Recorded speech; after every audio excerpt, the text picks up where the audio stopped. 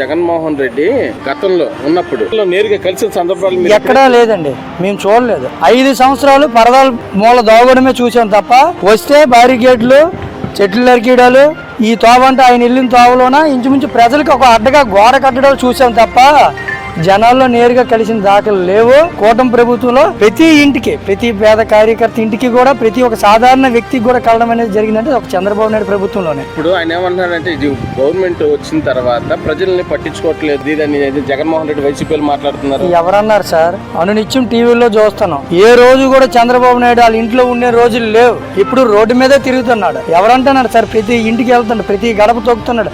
ప్రతి నెల పెన్షన్లు ఒక అవ్వాతాతములకు ఇచ్చి ఫీడ్బ్యాక్ కూడా తీసుకొని ప్రభుత్వం అనేక రకాల మార్పు విధానాలు కూడా తెచ్చిపెట్టింది. ఆయన చెప్పేది ఏం సార్? జగన్మోహన్ రెడ్డి ఏడ్ చేసేది చెప్తాడండి.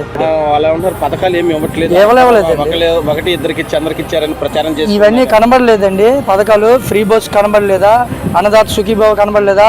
తల్లికి వందనం కనబడలేదా? ఇంకేం పథకాలు ఇవ్వాలండి?